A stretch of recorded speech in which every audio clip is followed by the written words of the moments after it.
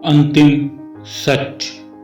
दोस्तों, जीवन का अंतिम सच क्या है, यह जानने के लिए इस वीडियो के अंत तक बने रहें।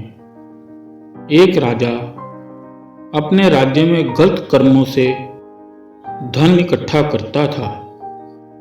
उसने शहर के बाहर जंगल में एक तहखाना बनाया और सारा धन उसमें रखता जाता। उस तहखाने की 2 चाबियां थी, एक राजा के पास और दूसरी चाबी राजा के मंत्री के पास। ना ही किसी और को उस तहखाने का पता था। एक दिन राजा बिना बताए तहखाने की ओर चला गया और तहखाने में रखे हीरे मोती जवाहरातों को देखकर बहुत खुश होने लगा। लेकिन उसे उस विधाता के खेल का पता ही नहीं था कि अगले पल क्या होने वाला है। ठीक उसी समय उस राजा का मंत्री भी उस जगह से निकला और तहखाने का दरवाजा खुला देखकर डर गया। मंत्री सोचने लगा कि मैं भी यहाँ कल आया था और लगता है कि मैं दरवाजा बंद करना भूल गया। अगर राजा को पता चला तो राजा मुझे सजा देगा। इस डर से उस मंत्री ने जल्दी से उस तहखाने को बंद कर दिया।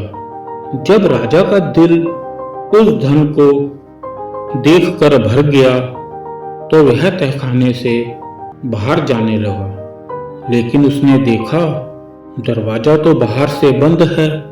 वह बहुत चिल्लाया कि मुझे इस तहखाने से बाहर निकालो, परंतु किसी तक उसकी आवाज नहीं पहुंची क्योंकि तहखाना जंगल में था।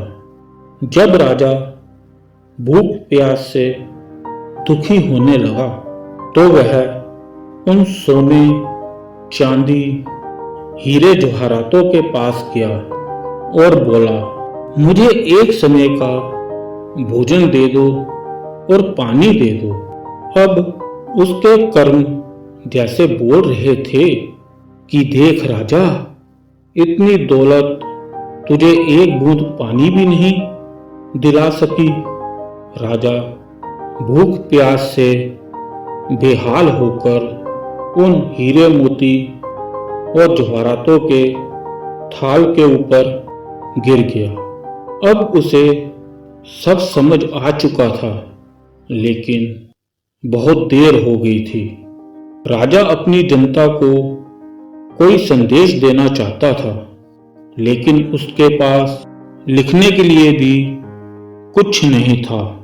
राजा ने उन्हीं हीरों से अपनी उंगली काटी और अपने खून से संदेश लिखने लगा।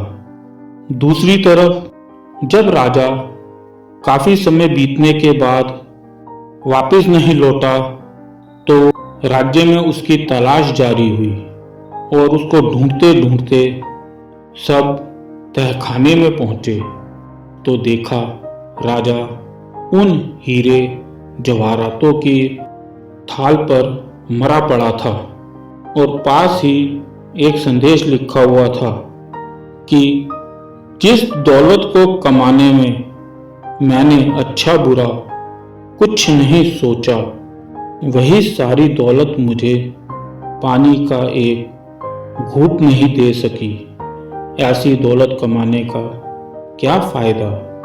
इसलिए जीवन में नेक नियत से कमाई कमाओ जो आपके अंतिम समय में भी आपके काम आए।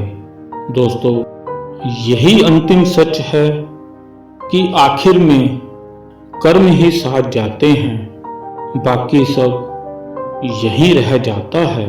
इसलिए जो ईश्वर ने जीवन दिया है उसे बिना किसी स्वार्थ के अच्छे कर्मों की दौलत इकट्ठा करने में लगाओ। ना कि कागज़ के नोट इकट्ठा करने में जो आपके काम नहीं आएंगे। ओम शांति। धन्यवाद।